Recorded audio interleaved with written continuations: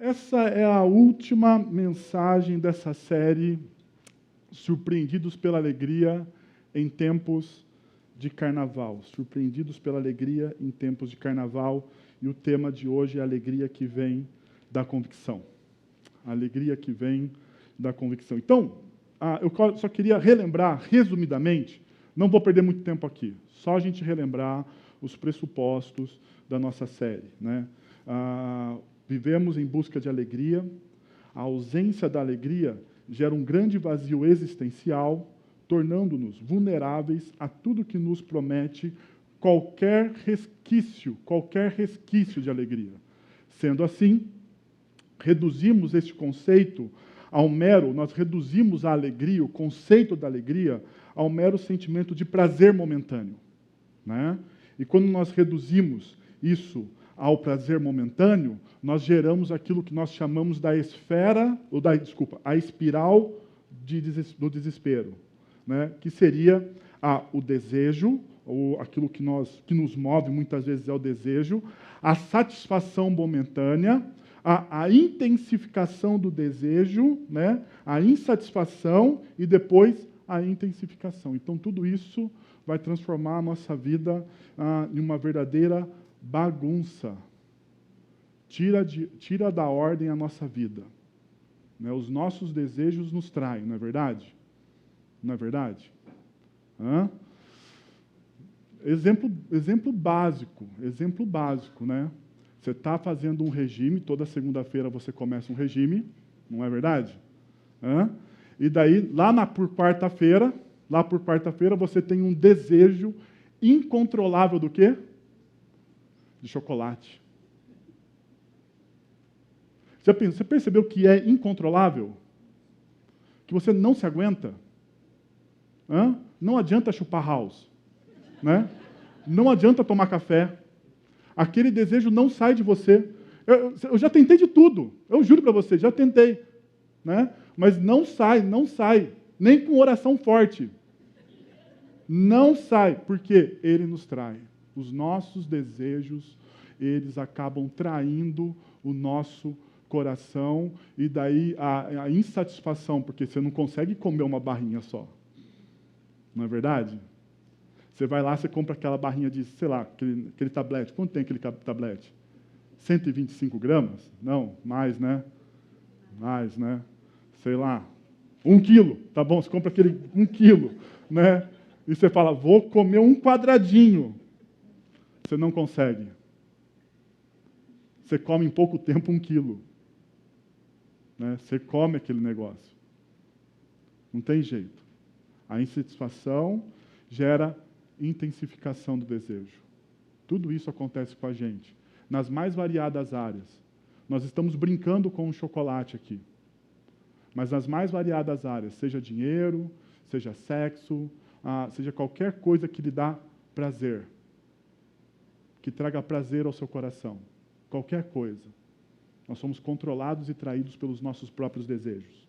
Bom, essa insatisfação que a gente tem a respeito da felicidade, a gente viu na música do Tom Jobim, que abriu todas as nossas mensagens. Eu não vou cantar como a Rose fez aqui, porque não tenho voz para isso, né? Provavelmente você se levantaria e ia embora, mas eu vou ler. Eu vou ler e vou mostrar para vocês. A música diz, tristeza não tem fim, felicidade sim. A felicidade é como a gota do orvalho, numa pétala de flor, brilha tranquila, depois de leve oscilar, né? Depois de leve oscila. E a gente percebe que a felicidade ela é frágil. O poeta, o Tom Jobim está dizendo, olha, a felicidade é frágil. Ainda, a música continua. Felicidade do pobre parece a grande ilusão do carnaval. A gente trabalha o ano inteiro por um momento de sonho, para fazer a fantasia de rei ou de pirata ou jardineira, para tudo se acabar na quarta-feira. E daí a gente percebe que a felicidade é uma ilusão ou uma fantasia. É o que ele está dizendo. É o que ele está dizendo, né? Você trabalha o ano inteiro, né? Talvez por um momento. Talvez não seja o carnaval, a folia que o nosso país está imerso nesses dias. Imerso. Aonde você liga, você só ouve carnaval.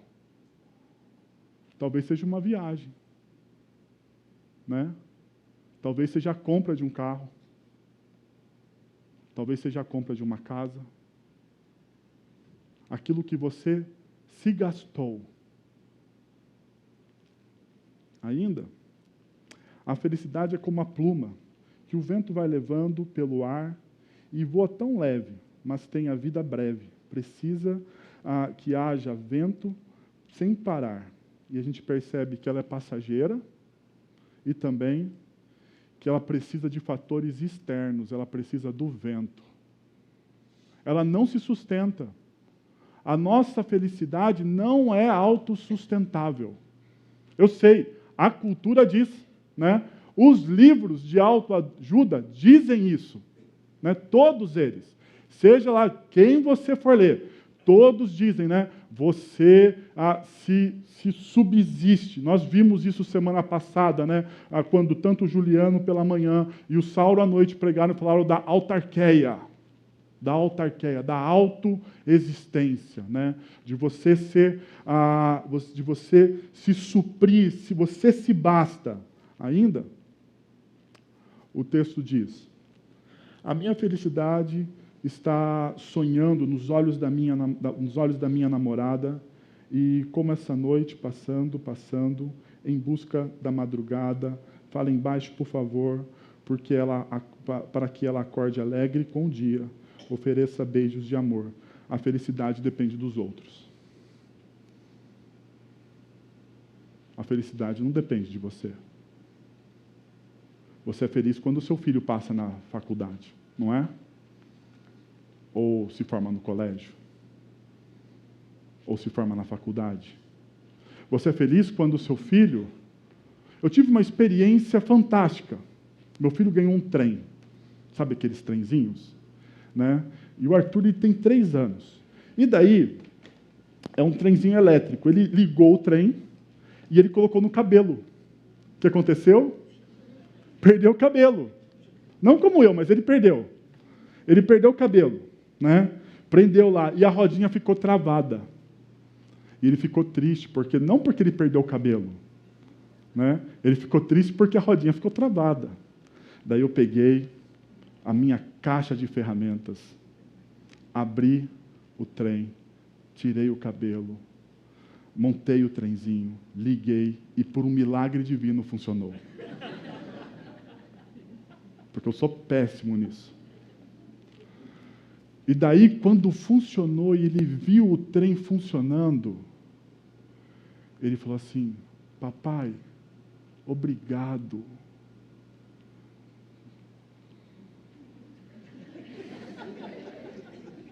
Falei, eu sou bom mesmo, né? Valeu a pena pegar a ferramenta, valeu a pena abrir o trem, valeu a pena arriscar, quebrar o trem, mas valeu a pena. Porque a minha felicidade depende da alegria da minha esposa, a minha felicidade depende da alegria do meu filho, a minha felicidade não depende só de mim. Então, a gente percebe que essa felicidade é finita mesmo, né?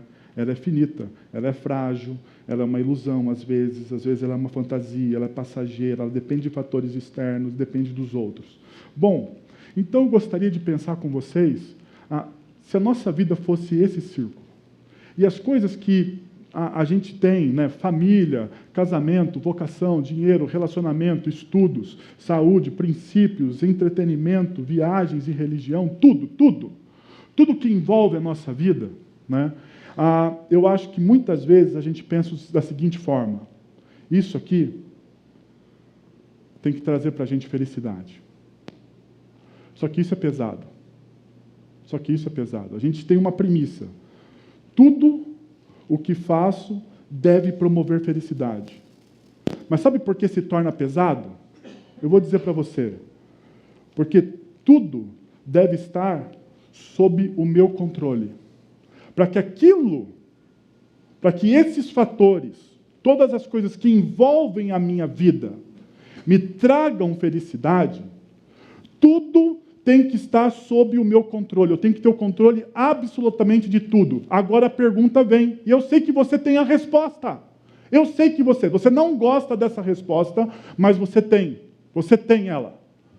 Tudo está sob o seu controle. Tudo.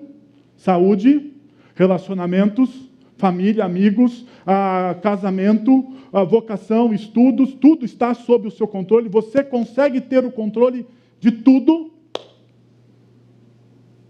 Não. Você não consegue ter o controle dessas coisas. Logo, quando você percebe que você não tem o controle dessas coisas, você começa a lutar, você começa a remar, você começa a fazer força. Para quê? Para que tudo fique debaixo do seu controle, tudo fique nas suas mãos. Você fica refém disso. Só que tem um problema. Isso cansa. Isso cansa. Não cansa? Cansa demais. A vida se torna pesada. Naqueles momentos em que você teria que ter alegria, prazer, sabe? Que seria um momento de êxtase. Por causa dessa situação onde você tem que ter o controle de tudo, você nunca descansa, você não relaxa. Você não para.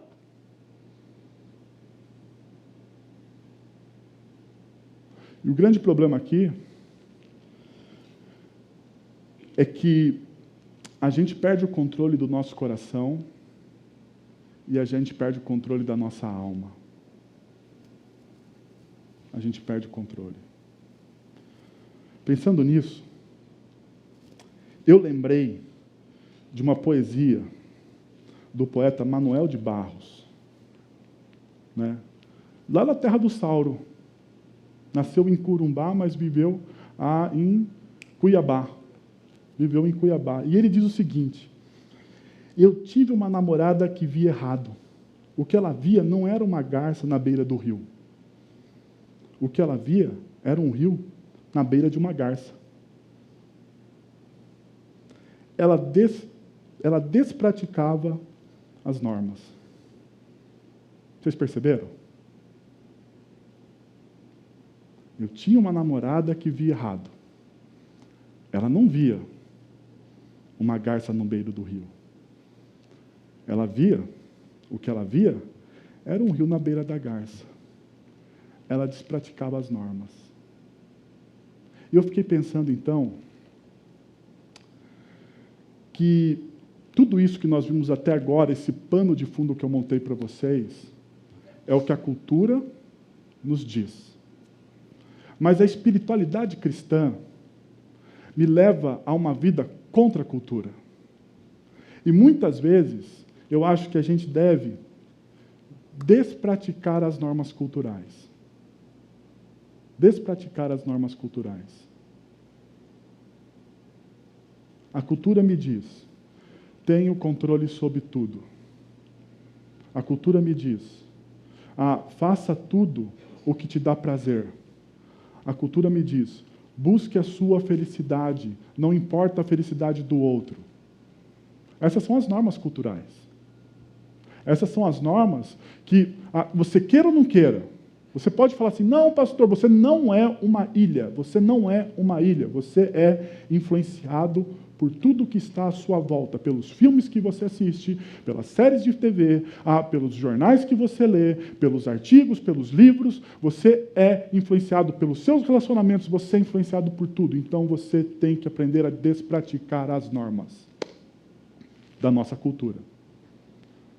Pensando nisso, eu gostaria de voltar a esse quadro.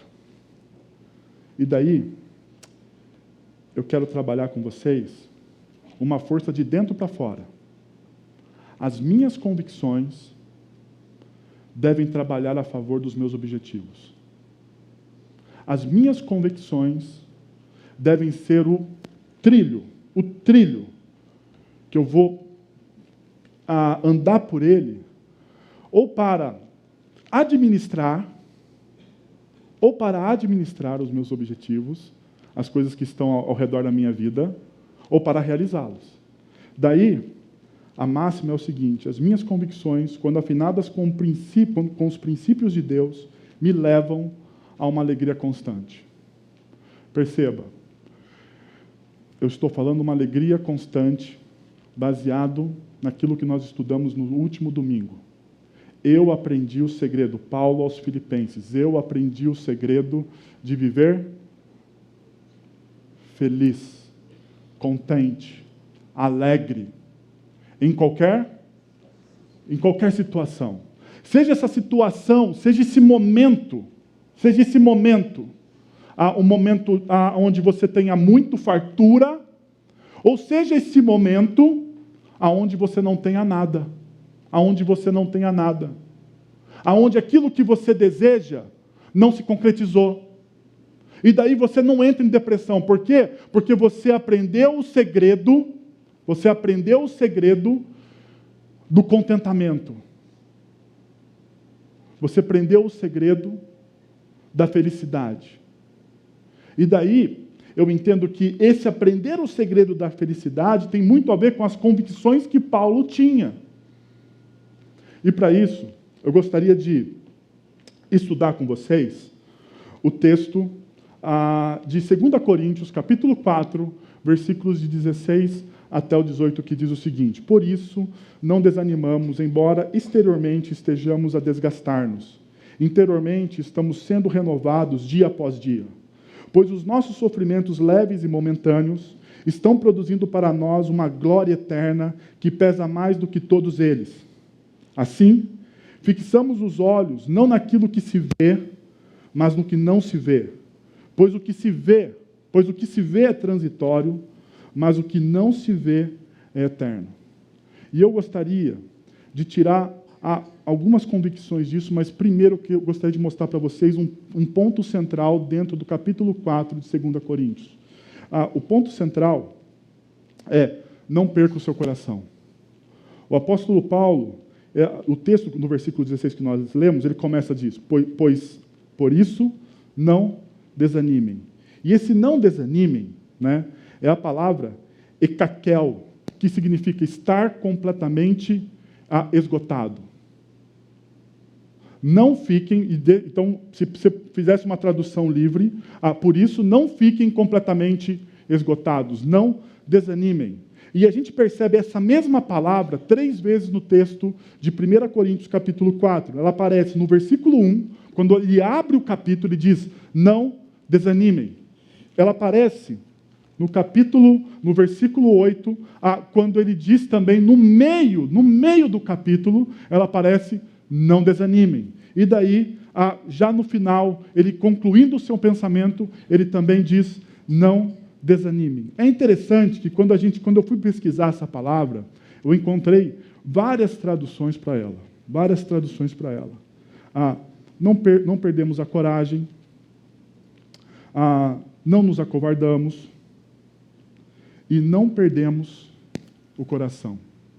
Por isso, não perdam o coração. Não perdemos o coração. E é interessante essa tradução. Por quê? Porque o coração,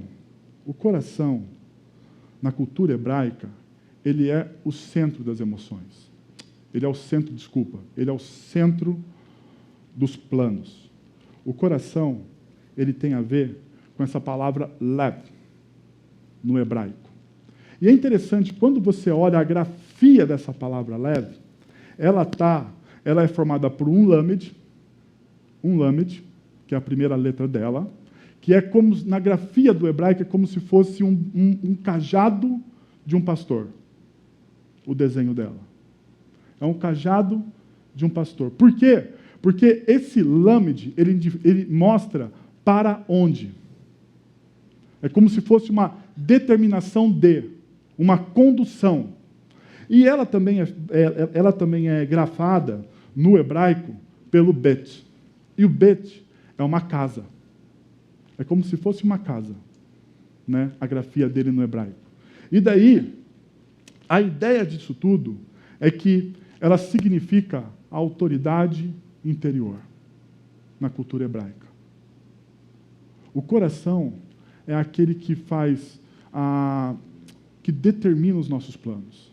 Por isso que Provérbios capítulo 4, versículo 23, ele diz o seguinte: acima de tudo, guarda o seu coração, pois dele depende toda a sua vida. Acima de tudo, guarda o seu coração. Acima de tudo, ele é precioso. Ele é precioso. Porque se você perder o seu coração, você perdeu tudo. Você perdeu tudo. Se você perdeu o seu coração, você perdeu tudo. Se você desaprender a falar com o seu coração, você desaprendeu a falar consigo mesmo. Você não se conversa.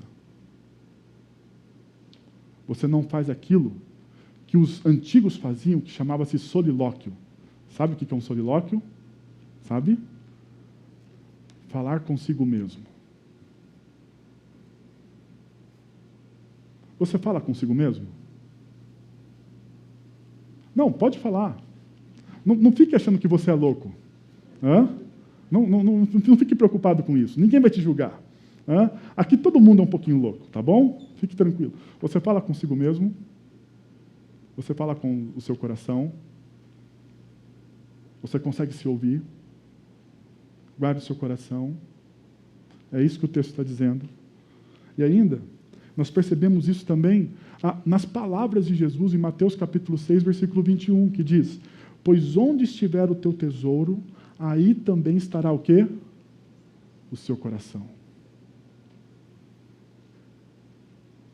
Para Jesus, o coração também é muito importante. Para Jesus, o coração é importante. Aonde está o seu tesouro? Aonde estão as coisas mais preciosas e valiosas para você? Ali está o seu coração, é o que Jesus está dizendo. E talvez hoje seja uma boa manhã para você perguntar aonde está o seu coração. Porque talvez boa parte dos seus problemas seja aonde está o teu coração. Seja. E a gente vai perceber isso. Mas então, olhando para esse pano de fundo que o próprio apóstolo Paulo nos coloca no capítulo 4 de 2 Coríntios, eu gostaria de fazer uma pergunta. Quais são as convicções que devem guiar o meu coração? De maneira muito prática, quais são as convicções que devem guiar o meu coração? Qual é o trilho? E a primeira é para que não perdamos o coração quando somos abastecidos pela fé. Não perdemos o coração quando somos abastecidos pela fé. E olha o que o texto diz, no versículo 13. Está escrito: cri, por isso falei. Com esse mesmo espírito de fé, nós também cremos e por isso falamos. É interessante. O apóstolo Paulo, ele está citando o Salmo 116. Ele está falando, olha, o Salmo 116 diz o seguinte: cri, por isso falei. E se você for visitar o Salmo 116, você percebe que ele é um salmo de adoração, mas ele é um salmo onde o salmista ele rasga o coração. Porque o versículo 10, que é o versículo que ele cita, ele diz o seguinte, no Salmo, eu criei, ainda que tenha dito, estou muito aflito.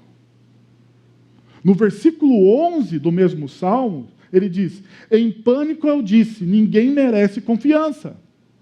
Qual é o sentimento do salmista?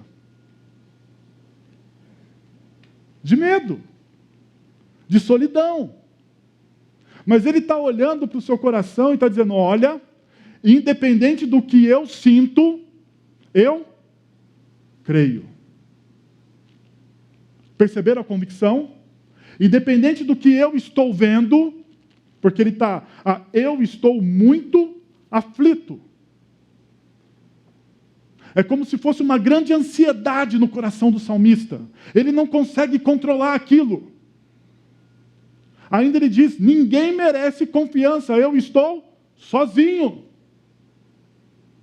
Mas ele abre o versículo 10 dizendo, eu criei. Eu creio. E por crer, eu posso ser honesto com Deus. Lembra que eu falei do solilóquio? Falar consigo mesmo? Esse é um salmo de solilóquio. Ele está falando com Deus. Ele sabe falar com a alma dele. Eu desconfio que boa parte dos nossos problemas com depressão, não todos, porque eu não vou ser ingênuo aqui, não todos, mas boa parte dos nossos problemas com esse mal da depressão é que você desaprendeu a falar com a sua alma. E quando você quando você desaprende a falar com a sua alma, você desaprende, você perde o contato com o seu Criador. Você não consegue ser mais sincero. Porque crer em Deus, gente, é ser sincero com Deus. Crer em Deus é ser sincero com Ele. É você dizer para Ele exatamente o que você está passando. E deixa eu dizer uma coisa. Ele não fica chateado. Ele não entra em crise. Ele não entra em crise. Ele não vai dizer assim, o que eu vou fazer agora? Ele não faz nada disso. Ele vai te ouvir. E é interessante, se você continua lendo o Salmo 116, o salmista começa a celebrar depois disso, ele diz que vai celebrar a Deus, que ele vai levantar um cálice de adoração a Deus, que ele vai estar na presença de Deus, e então o sentimento dele muda. O sentimento que era um sentimento de desespero, de ansiedade, muda. Sabe por quê? Porque ele falou com o seu Criador. Porque a fé dele não está baseada naquilo que ele sente, naquilo que ele vê. A fé dele é uma convicção de que Deus o ama apesar das circunstâncias. As circunstâncias não ditam o amor que Deus tem por ele. E quando eu percebo isso, e quando eu compreendo isso, não somente aqui na minha cabeça, mas quando isso entra e penetra no meu coração, cria segurança. Cria segurança. Ainda, o texto diz, por isso falamos. É um convite a contar a sua experiência. E a gente vai perceber todo o tempo, hoje aqui, que existe uma experiência pessoal que deve ser replicada para os outros. Uma experiência sua com Deus que deve ser falada para os outros. É um convite. É um convite a você a mostrar como o seu Deus trabalha com você. Não existe ferramenta mais poderosa na evangelização ou na missão que Deus dá a gente, não contar aquilo que Deus fez pelos outros, Não a contar aquilo que Deus fez pelos outros, mas a contar aquilo que Deus fez por nós. Eu sou uma pessoa que adora biografia. Né? Toda vez que eu leio uma biografia, eu choro. Eu choro. É verdade. É verdade. Seja de quem for, eu choro. Eu adoro biografia. Eu vejo as histórias, os problemas, as lutas, as dificuldades, as alegrias. Geralmente a biografia termina feliz, né? Você fica feliz porque a biografia terminou feliz. É uma história de sucesso, muitas vezes. Mas essas experiências da biografia não é minha. É de outro. Sabe que muitas vezes me incomoda na espiritualidade de algumas pessoas? É que elas contam a experiência de outro. Elas nunca contam a experiência que elas têm com Deus.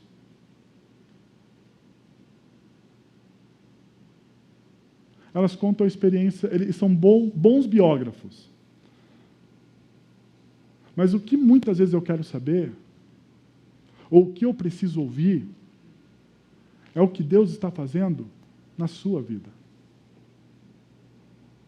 O que Deus está fazendo na sua vida hoje? Como Deus está trabalhando no seu coração? Como Deus está te livrando do mal? Ou qual provação que você está passando, mas mesmo diante da provação, você se sente cuidado e amado por Deus.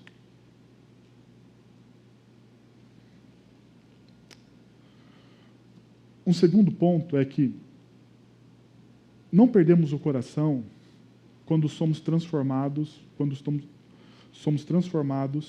pela esperança. E o texto diz o seguinte: porque sabemos que aquele que ressuscitou o Senhor Jesus dentre os mortos também nos ressuscitará com Jesus. Ressurreição. E o tema que aparece, talvez pela primeira vez, ou dentro do texto que nós estamos lendo, e esse texto, a ressurreição, a gente tem que lembrar que Paulo já trabalhou com ele em 1 Coríntios, capítulo 15, versículos de 55 a 57. Onde está, ó morte, a sua vitória? Onde está, ó morte, o seu aguilhão? O aguilhão da morte é o pecado, e a força do pecado é a lei. Mas graças a Deus que nos dá a vitória por meio de Cristo Jesus. E nós percebemos, então, que a ressurreição, ela é uma vitória sobre o nosso maior inimigo. O maior inimigo. Talvez a coisa que mais nos traga ansiedade na vida, a morte. Nós não estamos preparados, não existe esse negócio de, eu estou preparado para morrer. Você não está. Você não está. Isso não existe. Isso não acontece. Ninguém. Por quê? Porque a morte é uma violência. Porque a morte é contra a nossa natureza. Nós respiramos a vida, nós desejamos a vida, nós fomos criados para a vida e não para a morte. Nós detestamos a morte. E daí, quando você encontra o apóstolo Paulo falando, olha, nós não perdemos o nosso coração porque nós somos transformados por uma esperança que não está em nós, porque nós não vamos conseguir vencer a morte. Você conhece alguém que venceu a morte, que não morreu, que continua aí vivo, depois de séculos? Todos nós vamos passar por isso. É a única certeza que você tem. É a única certeza. Só que o problema, nós não estamos preparados para ela, porque a gente pensa que vai morrer muito tempo depois. Você não sabe. Uma batida de carro. Se você morasse no Rio de Janeiro, uma bala perdida. Uma doença inesperada. Um infarte.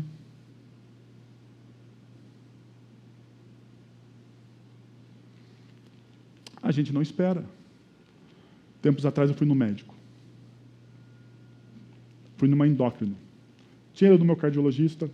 Ele falou, não, tá bom, fica... Ele ficou preocupado, mas ele não ficou tão preocupado. Sabe aquele preocupado não tão preocupado? Hã? Então ele ficou preocupado, mas ele falou assim, não, vai dar um jeito. Ok. Daí ele falou assim, você tem que emagrecer. Você tem, não tem jeito, tem que fazer o esforço.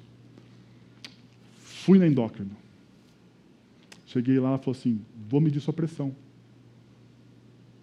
15/9. Você sabe o que é isso? Ela olhou assim para mim. Eu estranhei, porque ela tirou a pressão, ela olhou e falou assim, 15/9, você falou com o seu cardiologista? E eu, assim, leigo, né? Falei assim, falei, ele disse que é tudo bem. Ela falou assim, será? Aquilo me acendeu uma luz. Fui no Google. Pus lá, pressão 15/9. Rapaz, me deu um susto. O que eu fiz? Liguei para o meu cardiologista. Falei, doutor, você me ajuda aí, que eu estou empacotando.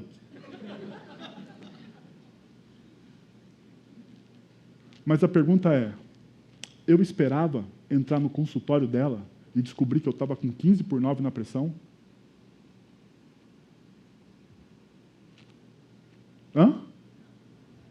Não. Não. E quando eu descobri, eu fiquei desesperado. Eu vi a morte. Você acha que não, porque não é com você, mas se fosse com você, você fala assim, realmente, pastor, eu vi a morte, mas eu vi a morte. Eu falei, meu Deus do céu, eu tenho que criar meu filho. Vou deixar minha esposa bonita aí por nada? Nem que me paguem. Você não espera. Mas o que Paulo diz aqui é que Cristo venceu a morte. O que Paulo diz aqui é que nós temos uma esperança inabalável. Que o nosso grande inimigo, que é aquele que tira o nosso sono,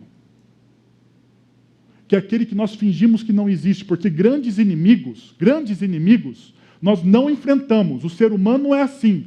Grandes inimigos nós fingimos que não existem. Então, nós tratamos a nossa vida como se a morte não existisse. Nós fazemos assim. Ninguém acorda de manhã e pensa, eu vou morrer hoje, olha que beleza. Não faz isso. Por quê? Porque nós tratamos os grandes inimigos como se eles não existissem. Isso é uma verdade. E daí o apóstolo nos dá a esperança. Na verdade, Cristo nos deu a esperança depois que Ele morreu naquela cruz, pagou os nossos pecados, ressuscitou ao terceiro dia, e essa é a boa mensagem do Evangelho. Nós vencemos o grande inimigo. E o mais interessante é que também nós somos ressuscitados com Cristo. E o texto de 2 Coríntios, no capítulo anterior, no capítulo 3, essa ressurreição ela tem um efeito presente agora. Ela nos liberta do nosso inimigo futuro, mas ela tem um efeito presente também. Porque o texto diz, ora, o Senhor é Espírito, e onde está o Espírito do Senhor há o quê? Liberdade. Nós não somos mais escravos. A ressurreição, a morte e ressurreição de Cristo Jesus nos deu liberdade. É o efeito presente da ressurreição. É o efeito imediato da ressurreição. E daí o texto continua. E todos nós, que com a face descoberta contemplamos a glória do Senhor, segundo a sua imagem, estamos sendo o quê? Transformados. Deus está trabalhando em nossos corações agora. Deus está trabalhando na nossa vida. E esse é o efeito presente da ressurreição de Cristo Jesus. Ele vence o nosso inimigo, o nosso maior inimigo. Ele retira de nós toda a ansiedade a respeito desse inimigo. E ele traz, então, um efeito presente também. Ele nos dá liberdade, porque nós éramos escravos. Nós não tínhamos opção. Nós não tínhamos opção. Tudo o que fazemos antes de Cristo Jesus era pecado. Tudo o que fazemos antes de Cristo Jesus era ruim para Deus. Mas a partir do momento que você aceita e que você entra em um relacionamento vivo com Cristo Jesus, você é livre. Você é livre. Você passa a ter controle sobre áreas que na sua vida você não tinha. Sabe por quê? Não é porque você é bom, mas porque o Espírito Santo de Deus agora atua no seu coração. Liberdade. Que palavra boa, não é? Somos livres. Somos livres. E somos transformados, não segundo a minha imagem, não segundo aquilo que eu sou, mas segundo a imagem daquele que me criou. Cristo Jesus.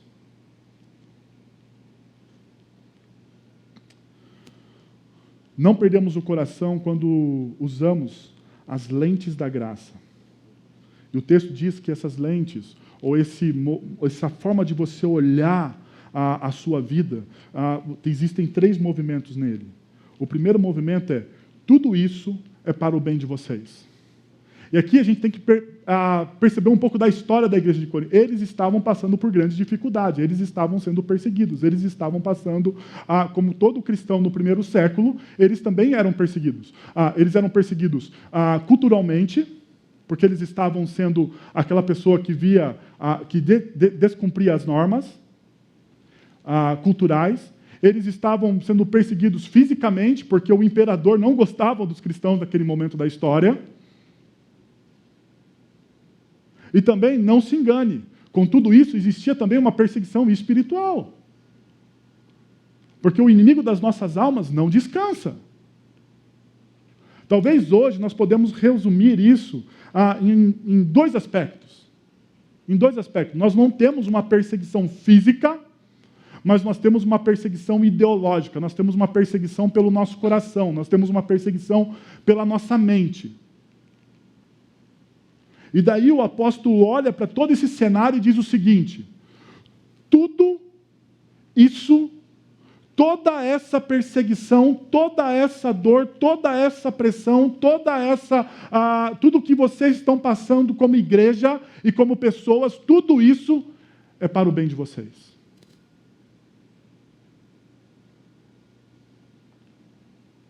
Você já parou para pensar nisso?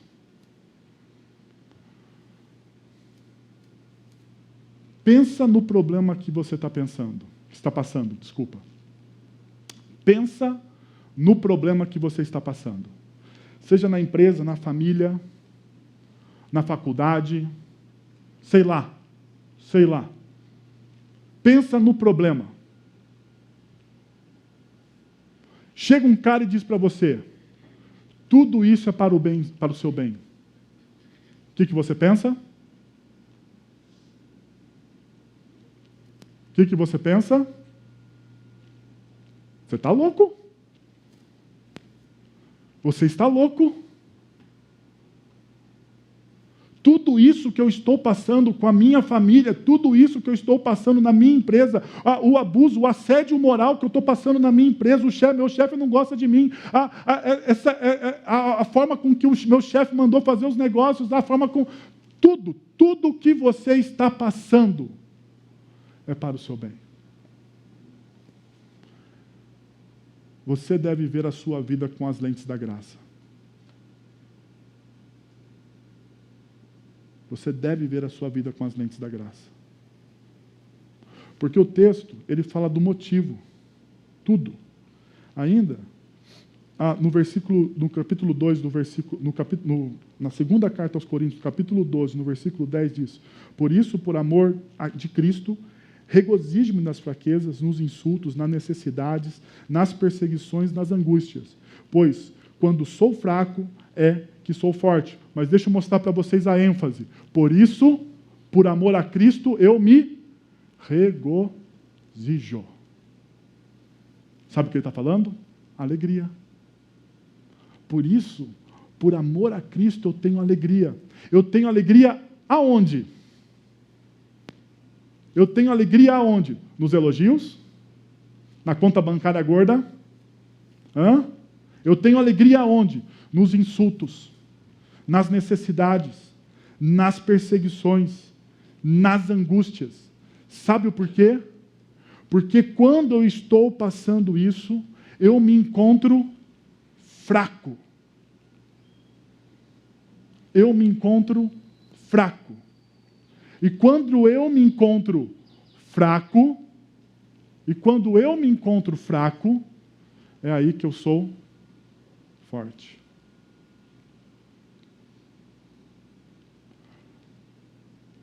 Porque a partir desse momento, não depende mais de mim.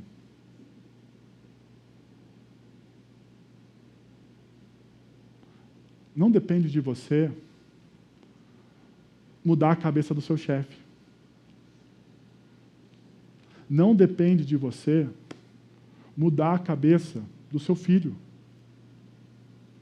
do seu esposo, da sua esposa. Não depende de você. Até porque você não consegue fazer isso. E daí, quando você não consegue, você perde o controle sobre a situação, sabe o que acontece? Sentimento de fraqueza. Sentimento de fraqueza. E daí o apóstolo diz o seguinte: olha, é nesse momento onde eu percebo que eu não tenho controle, que eu não consigo lidar com os meus problemas, que as dificuldades são maiores do que eu, é que eu me encontro forte. Por quê? Porque aquele que atua em mim está no controle. Aquele que atua em mim está no controle. Daí a gente percebe o objetivo, para que a graça que está alcançando um número cada vez maior de pessoas. Tudo que acontece com vocês é bom. E essa graça está alcançando um número maior de pessoas. Porque as pessoas olham para você e percebem a diferença que existe em você na forma com que você lida com a vida. E assim, o efeito, que transbordem as ações de graças para a glória de Deus. Tudo o que você passa é para a glória de Deus. Tudo. Tudo, exatamente tudo. Quando eu estava estudando esse texto, eu me lembrei da história de José do Egito. Eu não sei se você conhece a história de José do Egito, mas se você ler lá em Gênesis a história de José, você vai perceber essa verdade, que tudo o que ele passou, ele era um rapaz joia, um menino um pouquinho mimado, né? Um pouquinho mimado, você vai ver lá na história, mas ele era um menino joia, e ele sofria de perseguição pelos irmãos, sabe, os irmãos mais velhos não gostavam dele, tanto não gostavam dele que um dia resolveram vender ele como escravo. Seus próprios irmãos venderam ele como escravo. Mentiram para o pai, dizendo que o filho, eles vendem o irmão, eles vendem José e mentem para o pai, dizendo assim: olha, o seu filho querido morreu, porque ele era o mais novo, ele era o caçula. Se você é o irmão caçula, você sabe do que eu estou falando, né? Sabe por quê? Porque eu sou o irmão do meio. E o irmão do meio sempre sofre. Porque ele apanha do mais velho, e quando ele tenta alguma coisa contra o mais novo, ele apanha do pai. Ele só apanha. Mas tudo bem. Voltando aqui ao José do Egito. Ele é vendido pelos irmãos como escravo. Ele vai trabalhar como escravo na casa de Potifar. Ele consegue um pouquinho, e quando ele consegue, sim, tirar o nariz para fora da água, sabe? A mulher de Potifar fala uma mentira para o marido a respeito de José. E Potifar pega então José e manda ele de novo para a prisão. E daí, sucessivos acontecimentos. Até que um dia, no momento da história de José, Deus dá aquela virada. Porque Deus vinha construindo isso nele. Ele tem uma virada. E ele se torna, depois do faraó, o segundo homem em todo o Egito. Em todo o Egito. E diz o texto bíblico que, nesse momento, houve fome no Egito. E os irmãos de José foram se encontrar com ele. Fome no Egito.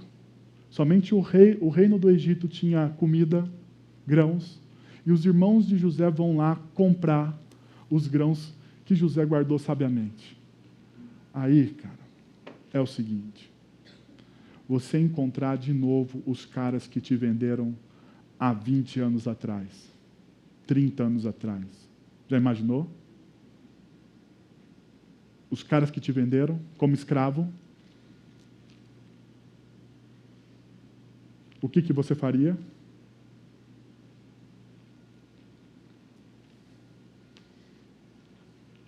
Sabe aquela pessoa que te persegue no trabalho? Aquele seu concorrente de vendas. Sabe? Aquele que faz bullying com você. Que você, quando você entra, quando ele entra em um lugar, você sai pela outra porta. Aquele cara está precisando de você. Não tem comida em outro lugar. Só no Egito. O que você faz?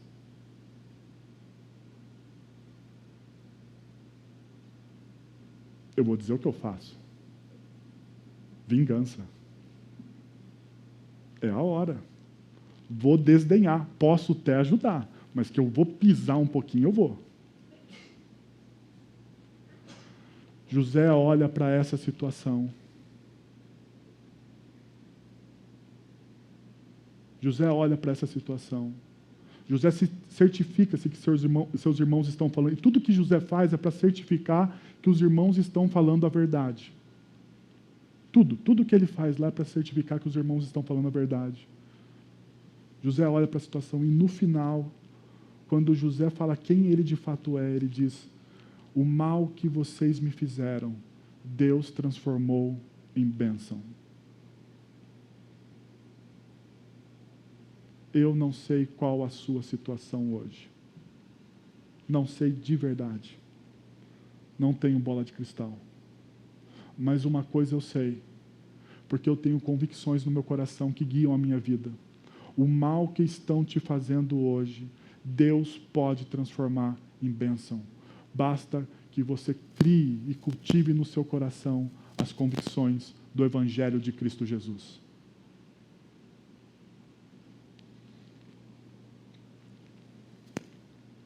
Não perdemos o coração quando sofremos uma reconfiguração. Por isso, não desanimamos, embora exteriormente estejamos desgastados, interiormente estamos sendo renovados dia após dia. Interiormente estamos sendo renovados dia após dia. E a palavra renovados é anakaiono. Anakaino diz o seguinte... Opa, calma aí, voltando aqui. Ela diz o seguinte: ser mudado para um novo tipo de vida. E a gente vê a mesma palavra em Colossenses capítulo 3, versículo 10. E se revestiram de novo, no qual está sendo renovado o conhecimento.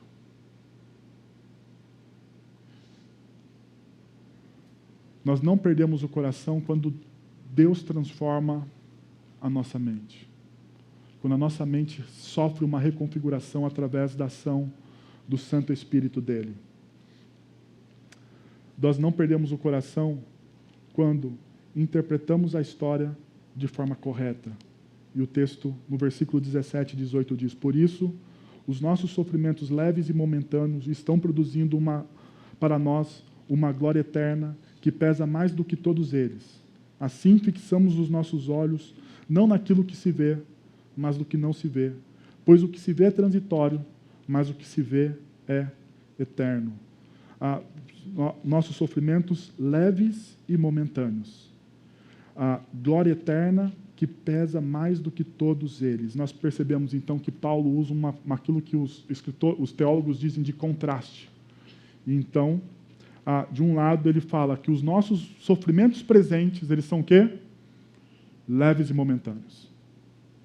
Os nossos sofrimentos presentes, eles não são pesados. Eles são leves e momentâneos. Eles não duram para sempre. Porque os olhos de Paulo, eles não estão simplesmente nesse tempo aqui agora. Os olhos de Paulo estão percebendo o quê? a eternidade.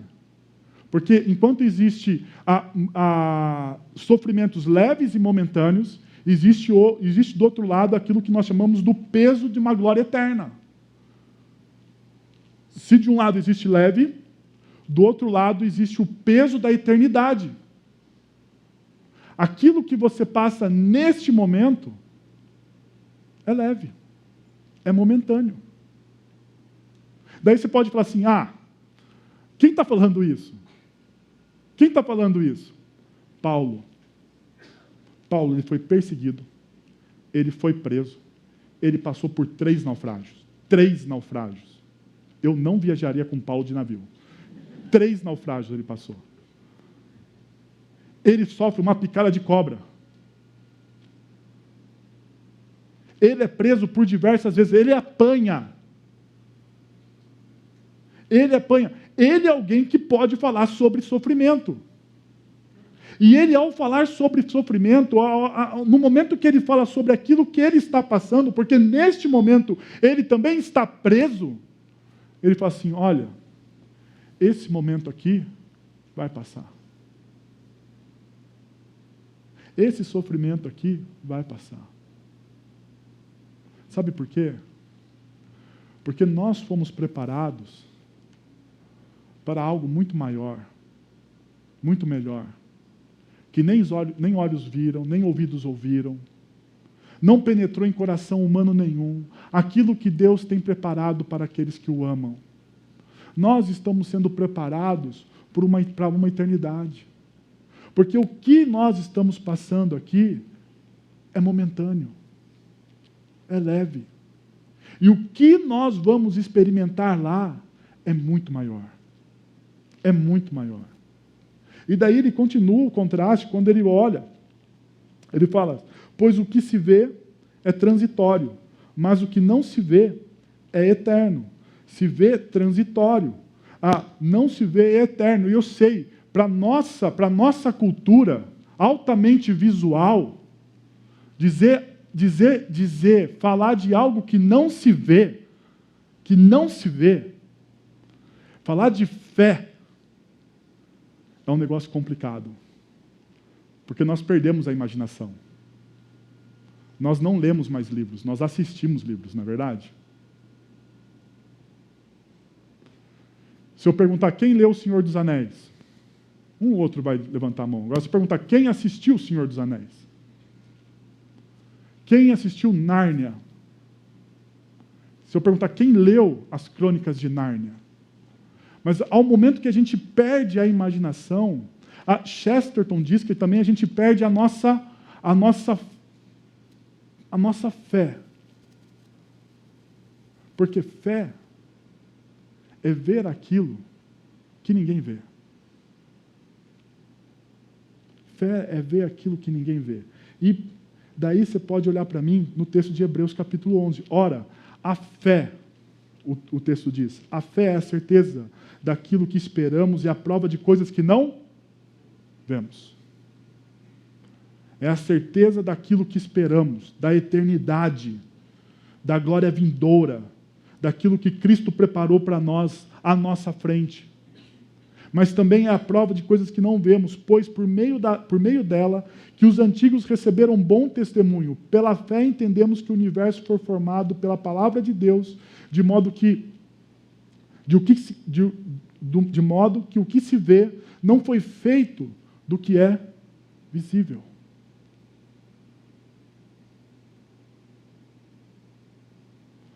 Olhando para esse texto aqui, eu me lembrei de Efésios capítulo 2, versículo 10. Efésios capítulo 2, versículo 10 diz o seguinte: nós somos criação de Deus. E daí o Paulo diz o seguinte: nós somos criação de Deus realizada em Cristo Jesus. Nós somos uma criação de Deus e nós somos realizados em Cristo Jesus. E o texto, essa palavra realizados de Efésios, capítulo 2, versículo 10, é a mesma palavra para plenos. O que o texto está dizendo é que nós somos criação de Deus, mas nós nos tornamos plenos, vivos, alegres, constantes, somente em Cristo Jesus. Não existe outra possibilidade. Não existe outra forma. E daí ele fala assim, olha, vocês são alegres, vocês são plenos, vocês são completos por causa de Cristo Jesus. Porque existe a possibilidade de você ser criação de Deus, mas de você não ser pleno. Existe essa possibilidade. E ele deixa claro isso no texto. Mas daí ele continua. Olha, vocês são alegres, vocês são plenos em Cristo Jesus. Para praticar o quê? Boas obras. Para que a sua vida faça sentido. A sua vida só faz sentido quando você está em Cristo Jesus. E a partir desse momento, ele diz, porque Deus já preparou essas obras para nós a praticarmos. Porque nem aquilo que você faz de bom foi você que fez. Aquilo que você faz de bom foi Deus que preparou para você fazer. Quando eu descubro isso, tira um peso. Tira um peso da religiosidade. Eu não preciso mais tirar 10. Eu não preciso ser o melhor aluno da classe. Sabe por quê? Porque tudo o que eu faço agora, a partir do momento que eu sou pleno em Cristo Jesus, tudo o que eu faço agora é Deus que está fazendo. Eu só estou seguindo. É Deus que está fazendo.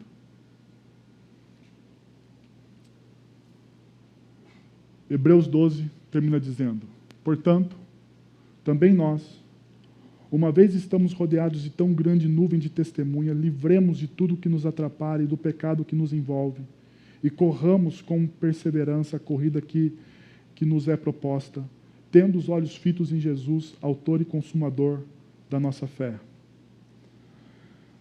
Ele, pela alegria que fora proposta, suportou a cruz, desprezando a vergonha, e assentou-se à direita do trono de Deus. Pensem bem naquele que suportou tal oposição dos pecadores contra si mesmo, para que vocês não se cansem, nem se desanimem.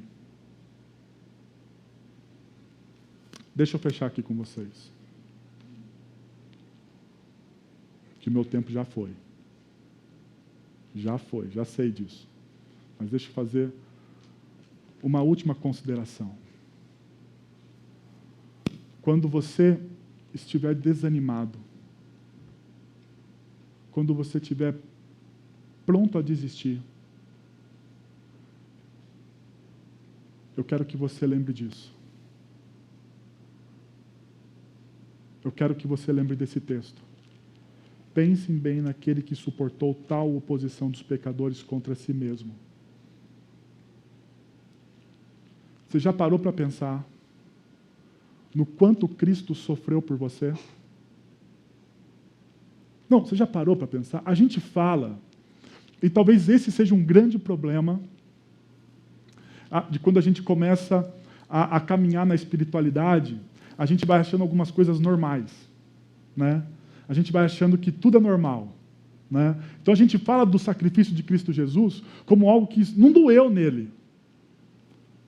Mas se você ficar atento às Escrituras, você vai perceber que foi um tremendo esforço de um Deus onipresente, onisciente, onipotente, se colocando na figura de homem, se entregando e morrendo por você,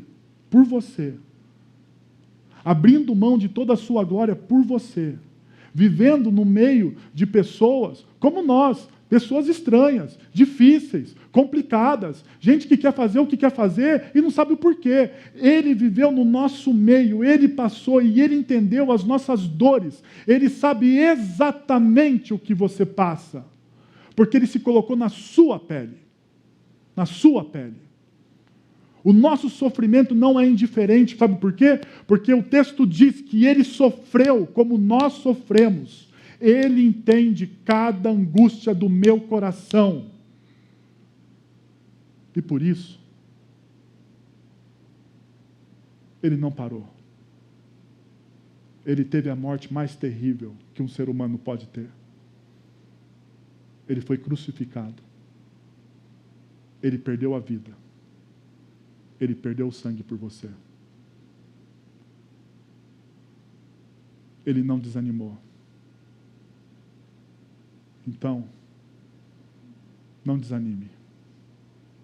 Não pare. Deus está com você. Quero convidar você a fechar os seus olhos.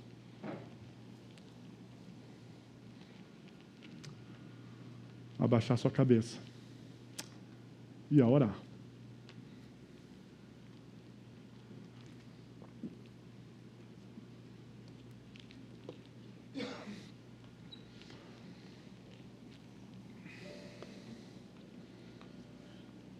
Pai, nós queremos te agradecer, Senhor,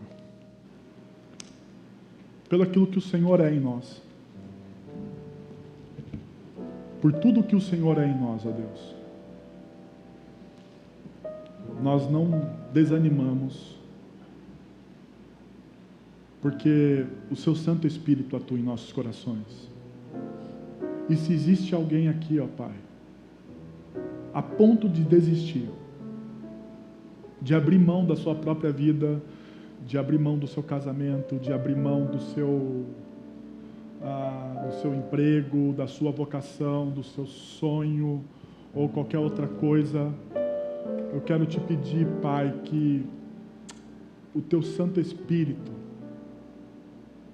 que trabalha em nós de forma misteriosa, trabalhe no coração dessa pessoa, Senhor.